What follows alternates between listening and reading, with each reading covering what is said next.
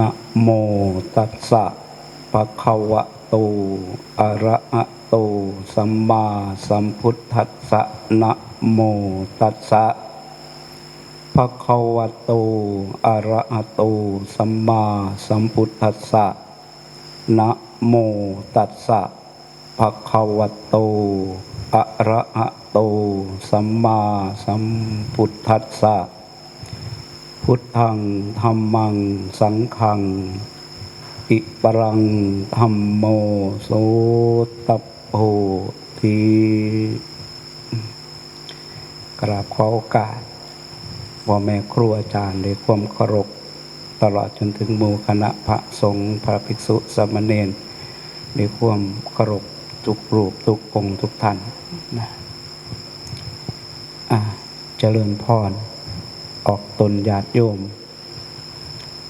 กูคนเด้อนั่งเงียบๆจักน้อย คอยฟังกันไปเนาะพอออกเนาะ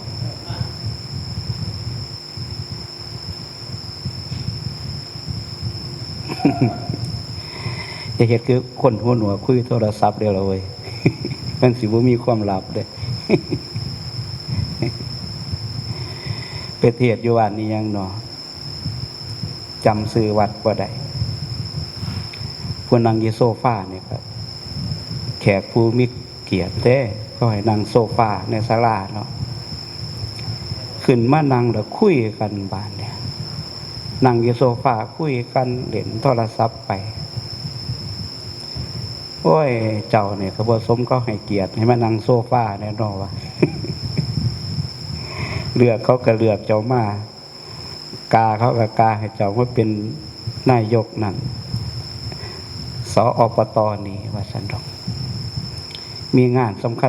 ญทางพุทธศาสนากระเซิร์นเนี่ยเป็นแขกผู้มีเกิบนั่งอยู่ถึงโซฟาว่างมาดแต่มันสังง่าคือหนุ่มของลำแพนนี่เป็นยังว่าสันดอกสิมานั่งเล่นโทรศัพท์นั่งคุยกันอยู่ถึงโซฟามันกับทำโตเวทีหนาเข้ารบยำเกรงต่อลูกบานเท่านั้นเวว่าฉันครับเราก็คุยเสื้ออยู่แล้วเสียบุหัวจักว่าบอกเราว่าสันทาเราบอกหัวจักว่าเราเป็นแขกผู้มีเกิดประจักเกินในฟังกันได้เมื่อพวกหัวจักว่าบอกเจ้าเสมอเดินเนี่ยว่าสันเราจะหัวจักว่าบอกเราแล้วเราเงียบเราเป็นตะเบิงบันนั่งเทียงทีรีตัวบันเนี่ยจำไปเด้อท่านร้องทั้งหลาย ว่างมาดให้มันดีเด้บุคลิกภาพเนี่ยเป็นที่นาเคารพตัวไปใส่มาใส่ห้าว่างบุคลิกภาพแสดงตนให้ถูกกับการงานหน้าที่ที่ของจะพึ่งปฏิบัติเนี่ยเบิ่งงามเพราะบุคลิกภาพหนาเคารพหนาเสือถือเว้ายังออกมาเขาก็เสือตัวเขาก็ฟัง จังเอาพอออกกันมาถามบางหันอยู่กับไผ่ละมีจะคนมีคนเอาละมันเป็นโอเวอร์เทคนิคเดียวเลยงั้นพอดีแล้วว่ากัน มันได้ซ้ำเนี่ยละเครื่องรุ่นนี้มันได้ดีกว่านี้ว่าได้หรอก เป็นมาถามมีคนอยู่น้ำอยู่ว่าพันดามีทั้งคนทั้งหมาแล้วอยู่น้ำหันมาสันดอก เอาเกินนำสู่กันฟังจักหน่อยเนาะอย่าสิถือว่ามาเทศมาบอกมาสอนกันถอดมาเยี่ยมมาส่งข่าวกันหลวงพ่อสมบัติเป็นส่งข่าวไปกันวันนิมนต์มาเทศงานศพมื้ออื่นลูกขึ้นบางสิมาบ่ได้เลยแต่เมื่อเช้าเป็นสิแผ่นดินเดืองเดับคอยลงน้ำหนักคณะเดินสายขวาเบิ่งยืนนิ่งยังลึบลับฉันเขาแล้วพักจังหน่อยก็น่าหามันดีขึ้นมาเที่ยงเคืองเนี่ยยังบ่ดีขึ้นนะห่วย ตายกันมันตายทั้งตำหมาดกันน่าว่านั่นคือสิ่งง่ายเนี่ยอยู่ดอกว่ารับปากเพิ่นไว้แล้วเพิ่นคือสิบ่มีผู้อื่นได้เพิงที่เรื่องเทศเลือกแสดงนี่ว่าซั่นดอกงานเพิ่นสิเสียมาเบิ่งก่อนหน้าว่าก็เลยมาไว้ไม่เห็นหน้าค่าตาไม่ออกพอออกญาติโยมหลายผู้หลายคนก็มีความคุ้นเคยแต่ว่าหันจำชื่อบ่ได้นะเบิ่งข่าวหน้าข่าวตานี่คิดว่าแม่นรู้จักมาก่อนหน้านี้อยู่นั่นน่ะก็สิเป็นการร่วมพลังกันระหว่างบ้านนงคู่กับบ้านโน่นนาโหนนเนาะร่วมพลังกันเพราะว่าผู้ไหว้ชนผู้ไตนี้จากสรีระซากศพนอนสงบดิ่งอยู่ในหีบศพนั้นรอทำความสะอาดขันตอนต่อไปก็เป็นสะไพร่บ้านโน่นนาโหนนบ้านโน่นนาโหนนกับบ้านนงคู่นี่ก็มีส่วนเกี่ยวของกันพอสมควรตั้งแต่ประวัติดั้งเดิมผ่านมาตั้งฝุ่นมาเป็นเคยตั้งฝีไปเป็นสะไพร่แม่นบ่ได้เป็นเคยเป็นสะไพร่ก็เป็นเสียวหักเสียวแพงเที่ยวไปเที่ยวมากันอยู่บ่เศร้าบ่งอจักเที่ยนะนี่นะสำคัญอยู่นะเฮามาทรงมื้อนี้ผู้เป็นลูกเป็นหลานก็ถือว่าสูญเสียผู้มีอุปการะต่อตนเนี่ยคือไปอยู่ทั้งคุณแต่ว่าเหมือนคุยโทรศัพท์อยู่ทั้งพี่กันเกิดหลังห่างที่มีอยู่ผู้หนึ่งนั่นนะจะมีหลายคนย่านได้ลงตำหมาดว่ามาล่ำกรแผ่ผู้ยิ่งอยู่ว่าจังต้องคันในเรื่องนี้ก็ได้ส่วนมากเฮาสิมักนิมนต์พระไปเทศน์ศพงานศพนึงกันแต่ว่าคติความคิดของพวกเฮาคิดว่าไปเทศน์เป็นองค์ประกอบซื่อๆนั่นล่ะพอคิดว่ามีเทศน์กันนึงซะแต่ว่าใจใส่ในการฟังเทศน์เอาใจฟังสิบ่ค่อยมีหรอก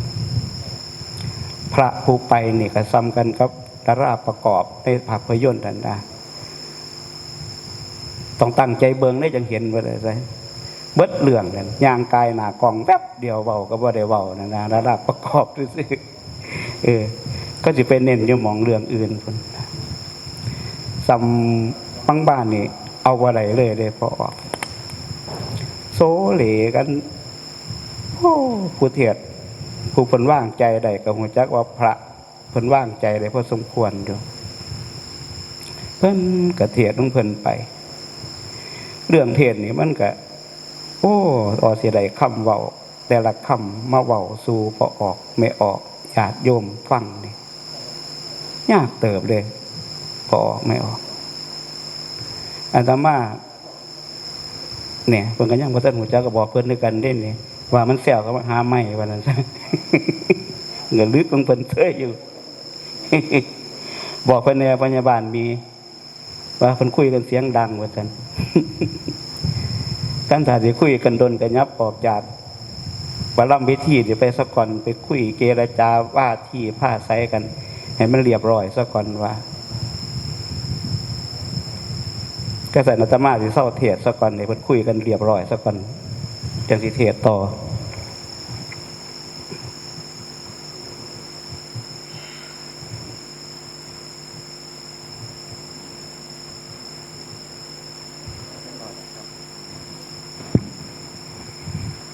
โอเคแล้วบ่ปัจเจ้าโอเคได้เงียบด้วยวันแต่งตัวว่างามจังเว้ยใส่เกือบคัดมัน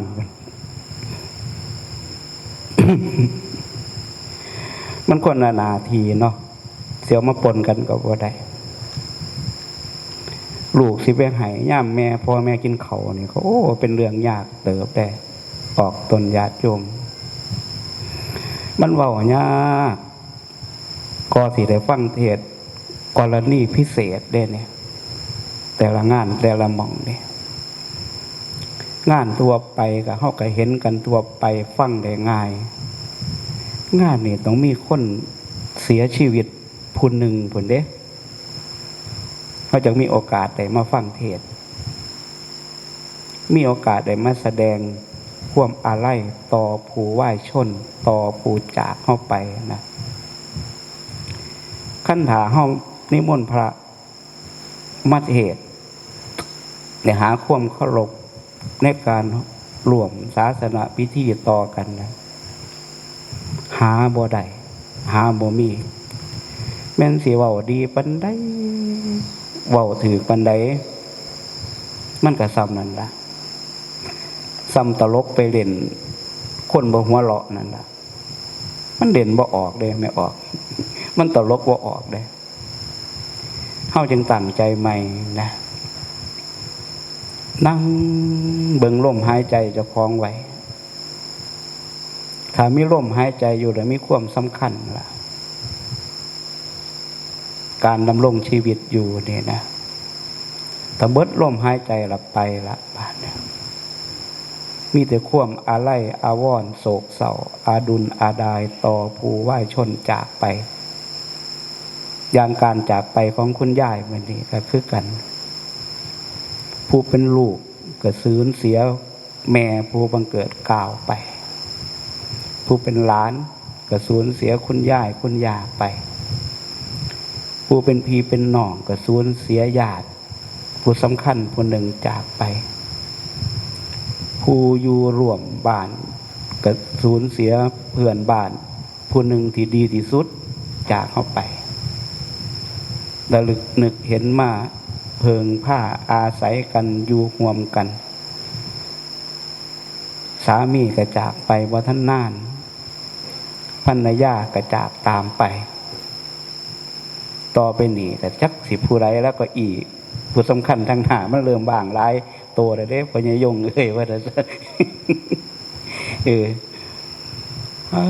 ยังดีใจนำอยู่ยังเห็นหน้าเห็นตาแม่ออกแม่ตนชาวบ้านน้องคู่ผู้มีความสนิทสนมคุ้นเคยเคารพกันตั้งแต่เป็นฆราวาสก็ถือว่าเป็นหม่องอยู่หม่องกินหม่องเด่นหม่องเที่ยวเมื่อบวชเป็นพระก็ได้มาอาศัยอยู่ภาวนาปฏิบัติอยู่วัดบ้านน้องคู่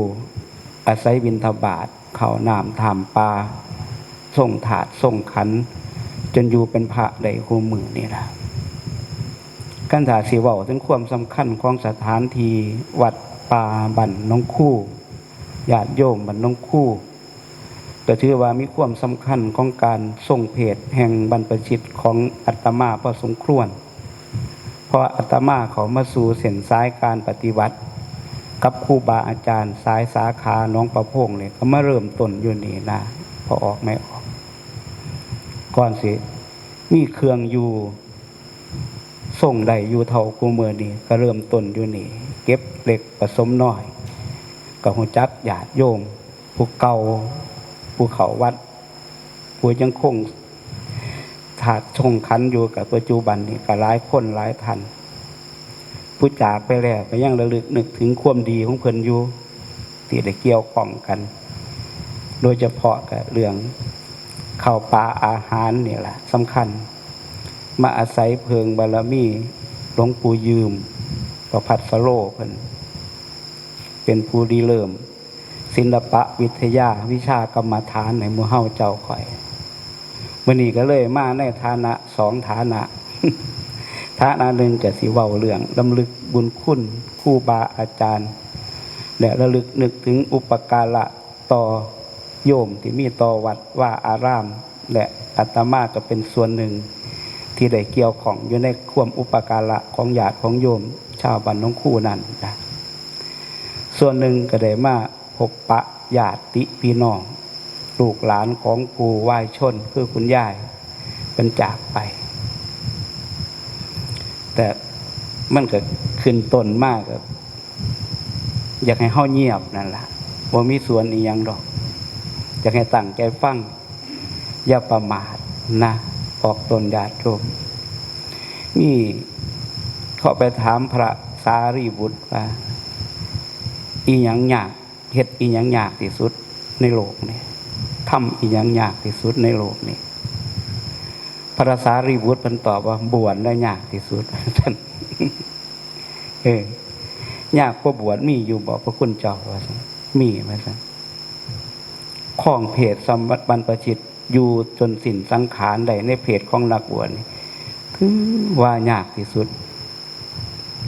เมื่อนี้สิพาเข้าสู่กระบวนการของการยากที่สุด1พาเฮาบวชเมื่อชั่วคู่ชั่วข้าวชั่วงูแหลบบิ่นสร้างกระพือหูท่านทั้งหลายสร้างความสงบเคารพขึ้นได้นี่มีบุญอานิสงส์มากมายเลยออกตนญาติโยมเฮาสามารถโอ้ยผู้ใดนำมาพันยาสูบอยู่ไกลเนาะ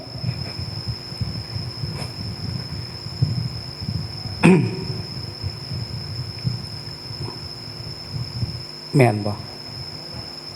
เผาใหม่บ่โอ้ยฝุ่นควนขึ้นอยู่ฝุ่น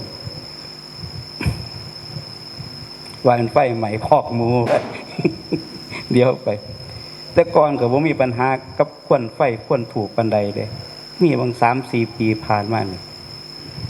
โอ้แผ่หลายหายใจติดนั่นแหละ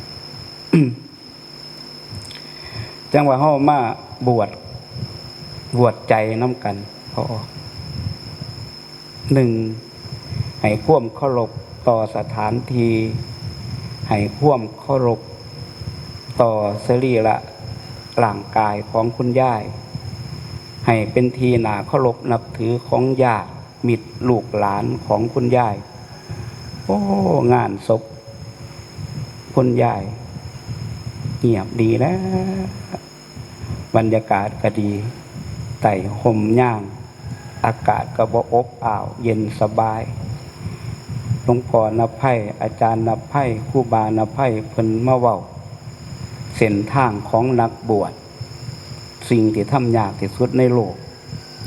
คิดว่าแต่สิบวชเป็นพระจังสิบวชได้เฮาเพิ่นว่าสามารถบวชทางใจได้เข้าสู่กระบวนการของการสมาทานศีลคือจังหลวงปู่ชาเพิ่นว่าสมาทานก็คือการเทออกเทหยังละออกเทของเก่าออกทำภาชนะให้มันว่างรับของใหม่เข้าไปของใหม่ก็บอกให้ฟังเด้ออกตนญาติโยมเว้าให้เฮาพิจารณาเด้พุทธศาสนาคำสอนในขององค์พระศาสดาบ่แม่นเรื่องบังคับบ่แม่นเรื่องขู่เข็นบ่แม่นเอาตัวบทกฎหมายมาบังคับให้เป็นไปแต่ว่าเว้าให้ตรองตามพิจารณาตามภูมิปัญญาของเฮา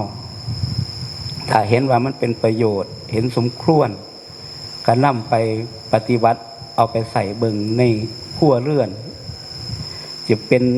ผู้นำชุมชนสิเป็นพยาบาลสิเป็นผู้สูงวัยเป็นที่น่าเคารพนับถือของลูกของหลานในชุมชนในหมู่บ้านถ้ากายใจประกอบไปด้วยองค์ศีลโอ้นั่นเป็นที่น่าย่ำเกรงเด้ออกตนญาติโยมมันเป็นสิ่งที่น่าย่ำเกรงมันเป็นสิ่งที่น่าเคารพมันเป็นสิ่งที่น่าแสดงความอ่อนน้อมต่อหน้านะ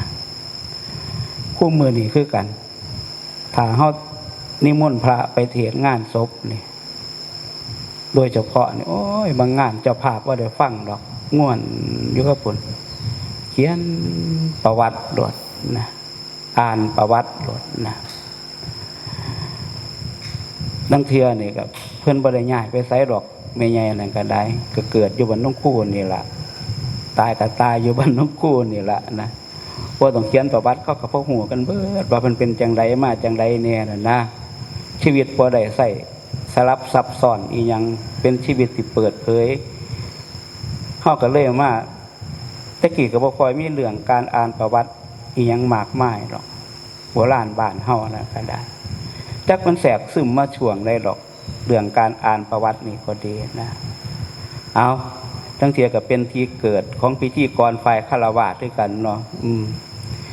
สร้างสิมีงานศพให้เป็นพิธีกรเล่าถึงประวัติเล่าถึงขั้นตอนดำรับพิธี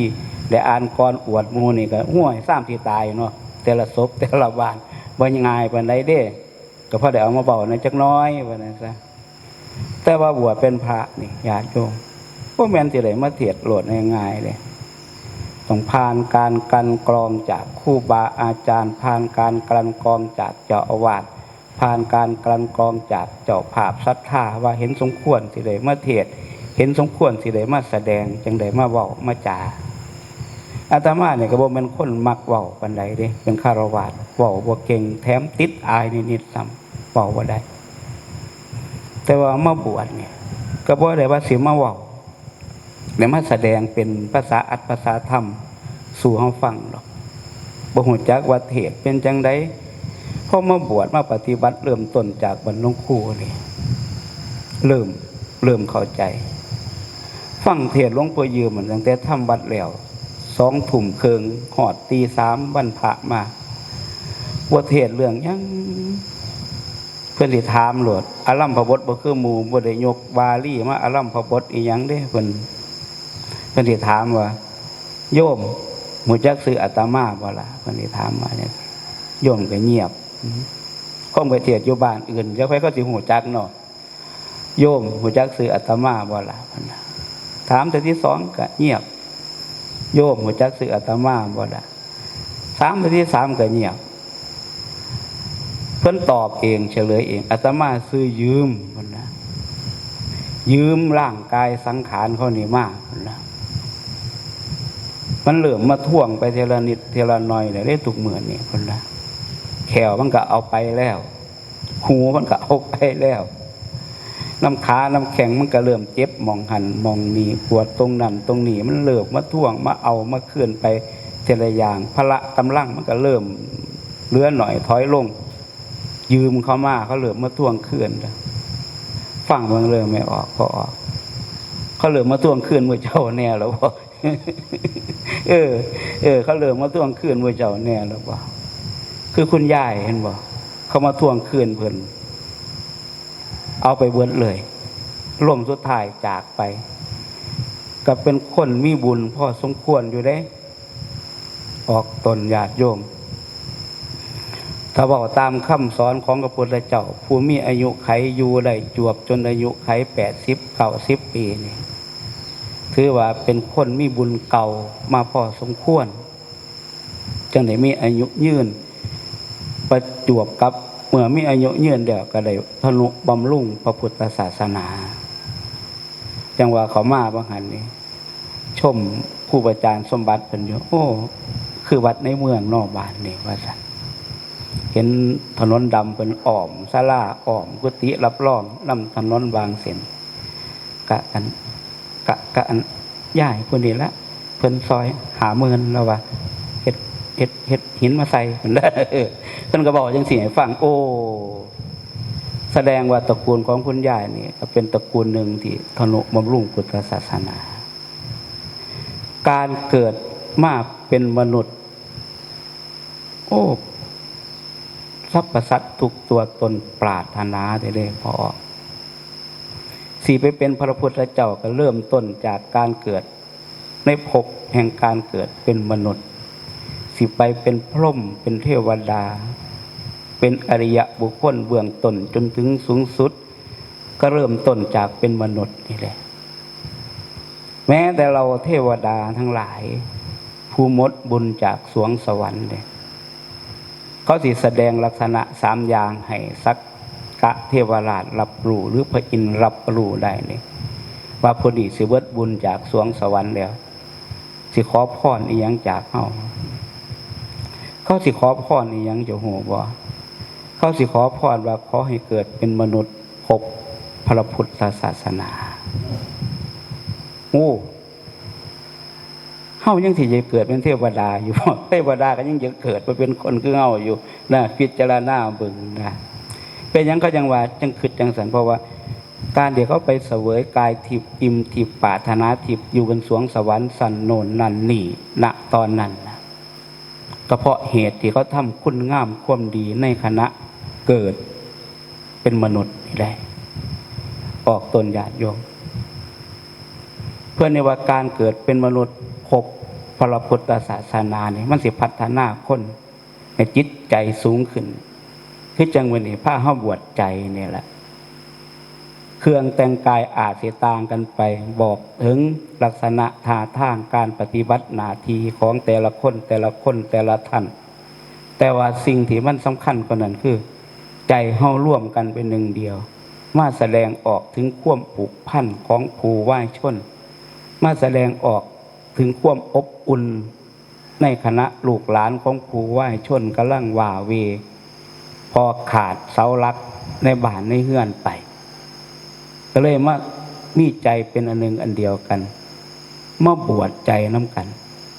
มาสร้างความเป็นมนุษย์ขึ้นมามนุษย์นี่ว่าได้แปลว่าสัตว์ประเสริฐได้ญาติโยม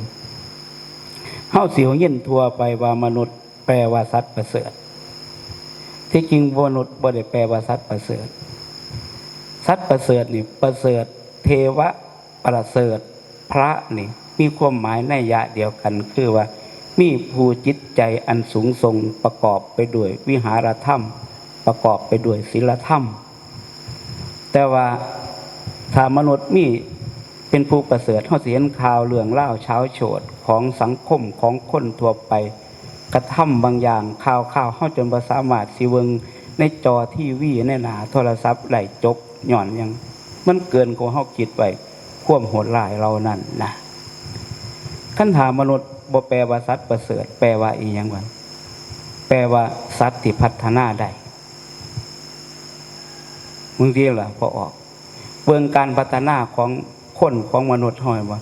จากห่มร่มห่มแดดจากกินดิบกินได้อยู่ป่าอยู่ถ้ำอยู่ผู้อาศัยกองใหม่อยู่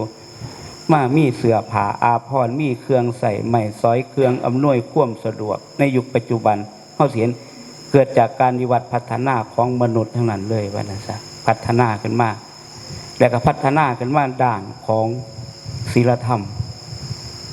เพิ่นเรียกว่ามนุษย์เป็นผู้พัฒนาเป็นผู้ควรจะพัฒนาอย่างยิ่งเป็นผู้พัฒนาได้เป็นผู้ควรพัฒนาอย่างยิ่งพระพุทธเจ้าจึงมองเห็นมวลเรานี่เฮาบ่ได้เอาอย่างอื่นได้บ่ตามหลักวิทยาศาสตร์เฮาก็เป็นสัตว์ประเภทเลี้ยงลูกด้วยนมว่านั่นแหละบ่ตามหลักพุทธศาสนาเฮาเป็นจำพวกที่พัฒนาได้หมู่เฮานี่พัฒนาได้ทุกคนได้เห็นบ่บางคนก็พัฒนาจากสมาชิกชาวบ้านธรรมดากลายเป็นผู้นำหมู่บ้านพัฒนาขึ้นมาเป็นผู้นำหมู่บ้านแล้วเป็นผู้นำชุมชนแล้วก็พัฒนาชุมชนให้สะอาดสะอ้านร่มเย็นเป็นสุขพอผู้อยู่อาศัยเป็นที่รักของสมาชิกในหมู่บ้านทุกครัวเรือนก็ย้อนพัฒนาของเฮาเด้พัฒนาก็มีอยู่สองอย่างพัฒนาไปทั้งต่ำทั้งบ่ดีก็มีแต่ว่าเฮาบ่เว้าถึงหรอกมองกันเว้าถึงการพัฒนาไปทั้งดีอย่างมื้อนี้คือกันเฮามาพัฒนาไปทั้งดีวัดป่าบ้านหลวงคู่นี่เคยคุยกับหลวงพ่อสมบัติเพิ่นว่าบ่ต้องไปเทศเอาเศรษฐีคือหะบ่ดีบ้านอื่นมาสร้างมาแปลงหรอกเทศเอาบ้านหลวงคู่นี่ให้นำหนึ่งใจเดียวกันสร้างบ่เบิดอยู่นี่บ้านหลวงคู่เป็นบ้านเขาเจ้ามีเงินมีทองแล้วลูกหลานเขาเจ้าเป็นผู้หลากมากดีสร้างบ้านแปลงเมืองอยู่หลายหม่องหลายที่พุ่นคันดาเขาให้ตั้งหมู่บ้านได้ถือว่าเป็นหมู่บ้านหลวงคู่สาขา2แล้วบ่อยู่กระทุ่งแบนเนาะพอออกเนาะจังซั่นติล่ะถ้าเฮ็ดให้เขาเรานั่นประกอบไปด้วยศรัทธาในพุทธศาสนาเขาก็สิมาพัฒนาวัดว่าอารามพ่อแม่ทรงข่าวนั่นลงไปนี่ส่วนหนึ่งของการพัฒนาของการเริ่มต้นเรามี2วัดนี่ก็ดีจังว่าได้ยินข่าวว่าหลวงพ่อวัดในบ้านเพิ่นมรณภาพจังว่าคุยกับพ่อออกสิได้ไปกราบศพเพิ่นจักมื้อแล้วอนุสาวนาจารย์สวดของอาตมาเนี่ยน่ะหลวงพ่อสมพงษ์ในวันน้องกู้วัดบ้านนั่นน่ะเพิ่นก็เป็นผู้หนึ่งที่จุดกำเนิดเกิดขึ้นเฮาได้อุบัติขึ้นในพระพุทธศาสนาบุญคุณนั่นก็ยังตระหนักอยู่ในหัวใจอยู่ว่าซั่นซะเบื้องต้นเพิ่นก็ยังให้ฮู้จักเขาหาศีลหาหยังแนะนำบอกกล่าวได้ เกี่ยวของกันอยู่เป็นพรรษาเพิ่นแล้วเพิ่นมีความคุ้นเคยพอทานร่อยพอทานไขพอทานสมพงษ์งานดีงานตายงานเจ็บงานป่วยขึ้นบ้านใหม่งานสมรสร่วมกันเบิ้ลพระเทระหลวนลงอุโบสถก็ลงในโบสถ์เดียวกันเพิ่นแล้วนะแต่ว่าได้รับข่าวว่าเพิ่นจากไปแล้วก็เป็นอย่างสันติล่ะพอออกมันบ่อีหยังไกลไปกว่านี้ได้หมู่เฮานี่คือกันว่างานศพงานนี้ก็เบิ่งพิจารณาเบิ่งอาตมานี่เคยตาย2เทื่อได้บวชเป็นพระนี่แต่มันบ่สุดซื่อๆมันตายครึ่งๆกลางๆมาอยู่บ้านน้องคู่นี่ป่วยเป็นโรคกระเพาะเกือบทะลุไป4-5แผลในกระเพาะสลบอยู่ก่อนจะเขาโรงเรียนนั่นพอเนี่ยอ่อนแล้วใส่รถซุกอยู่เข้ามาทั้งนี้ตะกี้บ่ทันมีดอกขอกโมก็นึกว่าที่หม่องนี่มันเป็นทีดอนปุตาบ่แม่นเนาะเป็นทีมีเจ้าของอยู่เข้ามาปองนี่ล่ะว่าฟื้นขึ้นมาออกตนญาติโยมฟื้นขึ้นมาเห็นสบงต้นใหม่เฮ็ดอังสะต้นใหม่ถามพ่อใหญ่อ่อนว่าผู้ใดเปลี่ยน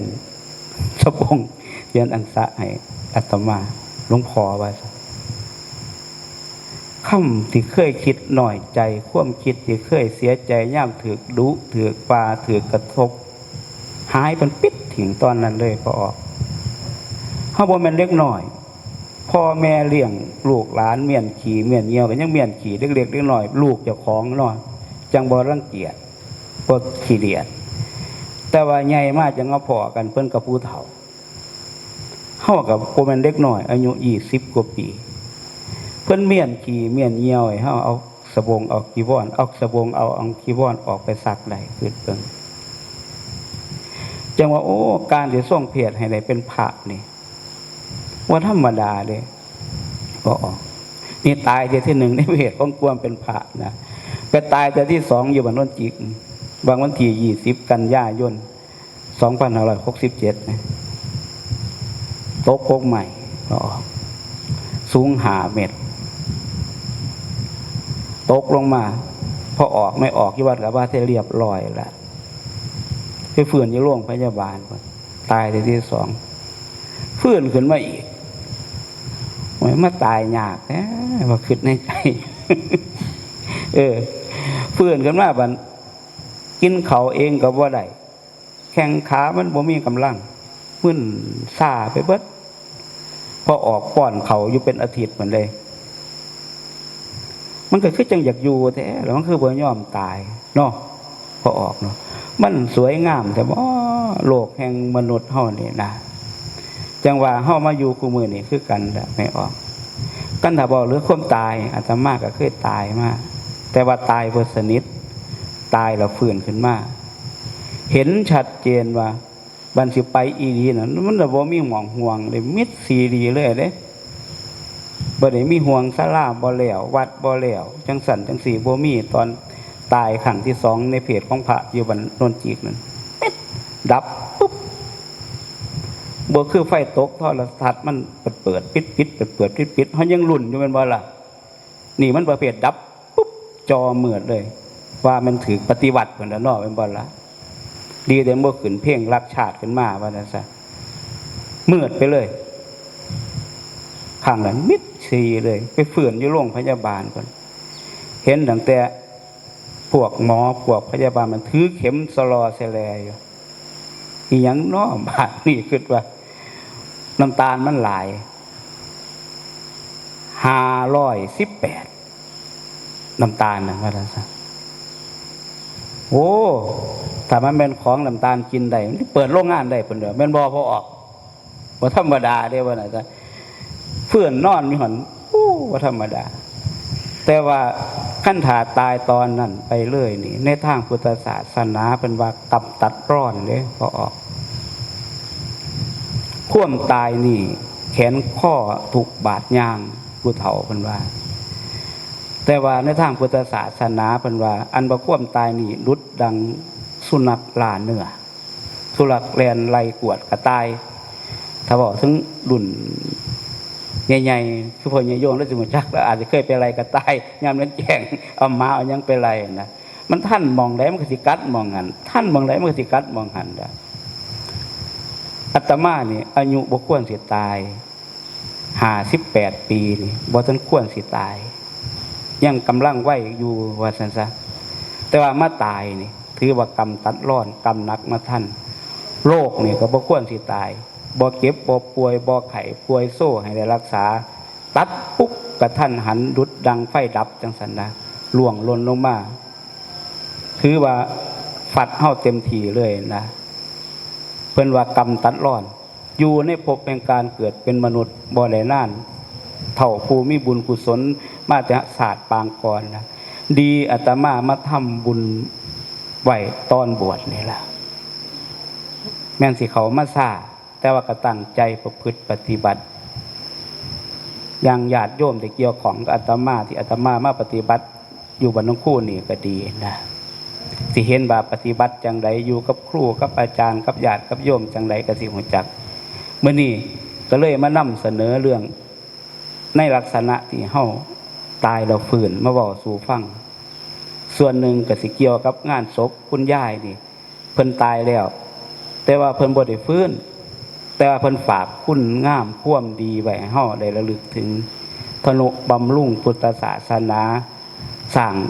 ศาสนสมบัติสถานที่ให้ไว้ให้ลูกให้หลานได้หากินได้เลี้ยงชีพเจ้าของสืบต่อไปในอนาคตถือเป็นบุคคลหนึ่งถือเป็นบุคลากรถือเป็นบุคคลควรระลึกถึงผู้หนึ่งสำหรับเพื่อนบ้านถือเป็นที่ควรเคารพอย่างยิ่งสำหรับลูกสำหรับหลานถือเป็นผู้จากไปเดชคณะศิษย์ผู้มีความสำคัญทนุบำรุงพุทธศาสนาของบัดป่าบ้านน้องคู่ก็เลยมาบอกสู่ฟังจังว่าเว้าถึงเรื่องความตายเว้าถึงเรื่องการพัฒนาชีวิตจิตใจเจ้าของให้เฮาตั้งใจฟังเอาเห็นบ่อย่าสิประมาทเด้เกิดเท่าใดไปเท่านั้นล่ะบ่ยั่งดอกจักสิไปยามใดดีอาตมายังบ่ทันถึงข่าวฟื้นขึ้นมาก็เลยมาบอกสู่ฟังมื้อเช้านี่ก็ยังบ่คิดว่าสิได้มาปานใดยังหลังๆล่อๆหลังๆล่อมันแผ่นดินมันเดืองดับผลจากการตกปกใหม่ข้าวนั่นล่ะมันยังบ่ปกติเท่าที่ควรมันยังงางเดืองดับเพราะว่ากระดูกข้อมันเขื่อนผลที่ตกนั่นก็บ่เป็นหยังเด้ว่าหวานมันเป็นหยังยังบ่ช็อกอยู่ทั้งลมเนาะพ่อใหญ่โยมเนาะมันไปช็อกอย่างทั้งกกใหม่พุ่น518พระเจ้าวานว่าโอ้ยก็นำมาคักโคตรดอกเว้ยว่าอยู่ขี้ดินมันก็บ่ซอกไปซอกอยู่จังเทิงพุ่นเพิ่นก็สิถามว่าเป็นหยังสิไปขึ้นกกใหม่ถึงข้าวมันก็ออกอาตมาก็ระวังอยู่ 2-3 ปีบ่ขึ้นปัดกวดหลังคาบ่ขึ้นทำงานที่สูงบางอย่างเฮาก็ใส่โยมได้บางอย่างเฮาก็บ่มีโยมที่ใส่ที่ขึ้นจังซั่นเฮาก็ทำงานเป็นอยู่แบบแม่ทัพต้องออกนาไม่ออกงาใหม่มันสิเท้าไปหาหลังกุฏิก็เลยสิเอาเสือกไปผูกงาใหม่ลงมาสิให้พ่อใหญ่ดีเป็นผู้ตัดเด็กก็สิดึงออกจากหลังคากุฏินั่นนะหลังคาวิหารนั่นนะสาเหตุมันฝ้าวแต่เล่มื้อนั้นไม่ออกถึงมือมันสิบอกให้ฟังเด้อถ้าผู้ใดมีอาการฝ้าวลุกลี้ลุกล่นอยากทำอันนั้นนี่ให้ยั้งไว้ซะก่อนเด้อสิบอกให้ฟังฉันเขาแล้วมาเพื่อได้บ่มาสิขึ้นเองมื้อนี้ไปเอาบันไดมาบักทะสิขึ้นเองฝ้าวไว้ไปเอาเสือกมาสิขึ้นเองโอ้ลุกลี้ลุกล่นจะขึ้นแห้งไว้นั่นซะโอ้ยง่ายมองมันก็แปลกเลยล่ะขึ้นก่อนสิเมื่อขึ้นก็ใหม่นั่นเมียนกุฏิยางดิบยางดีเลยนี่เมียนกุฏิปัดกวดพับผ้าพับแพร่ไปเป็นเรียบร้อยนะโอ้ดีตัวละไม่ออกมาเฮาไปนอนอยู่โรงพยาบาล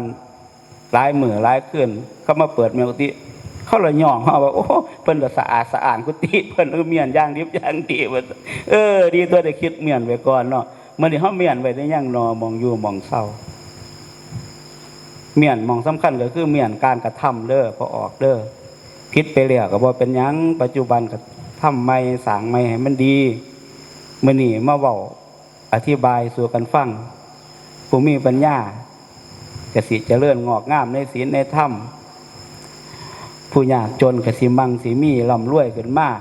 เอาวิชาความเป็นผู้ประเสริฐไปใส่ในการดำรงชีวิตเจ้าของเด้อ พ่อใหญ่เด้อนี่เราสร้างใหม่นั่นเฮ็ดกุฏิประจำซื้อเพิ่นบ่ได้ซื้อจังได๋น่ะมีน่ะทั้งหลังตัวนึงฮะไม่ยังพูดนั่นเด้อนั่นแหละผู้งุ่มง่อยน้ำลงเพื่อยืมเงินนี่ตะกี้ก็ได้บางทีขอโทษขออภัยเด้อมันจำหนาได้อยู่แต่ว่าจำซื้อบ่ได้ก็บ่กล้าทักนั่นนะมันตกมาแทนเดียวกันเด้อละเฮาเดียวนี่ตกมาคำว่าผู้เฒ่าคือกันเด้อละ แต่ว่าถ้าเป็นผู้เฒ่าก็ภูมิใจเด้อไปออกก็ออกเลยว่ามันได้มากง่ายๆได้ผู้เฒ่านี่60 ปีมันได้จังไดแม่นบอกพ่อใหญ่ยงเน่น้อยซ้ำมื้อนี้เขาก็สิไปเอิ้นผู้เฒ่าเอิ้นผู้หนุ่มผู้น้อยผู้บ่าวผู้แพ้วเนาะนี่รอมาถึง60 ปีจังได้เป็นผู้เฒ่าเฮ้ยว่างมาดเด้อมึงว่ากูได้มันง่ายๆเสมอว่าซั่นกูถามว่าแต่60 ปีมันกูจังได้ผู้เฒ่ามึงสิมีโอกาสได้เป็นผู้เฒ่าก็คือบ่ว่าซั่นแม่นบ่จำเอาดีๆเด้อบ่ให้ฟังวันนี้เด้ออย่าถือว่ามาบอกมาสอนกันเด้อพอลุงแม่ป้าอาทุกผู้ทุกคนให้เฮาเคารพถึงครูบาอาจารย์สถานที่ดีได้ละดีเฮ็ดตอนนี้ก็ดีอดีตเฮ็ดมานั่นก็ดีปัจจุบันก็ดีอนาคตให้มันดีรักษาความดีไว้ดุดเกลือรักษาความเข้มนี่เด้อเว้ามันนี่คำใดเป็นประโยชน์คำใดสิให้มั่งมีร่ำรวยผาสุกกะให้คิดเอาเองเด้อพ่อโยงเด้อเจริญพร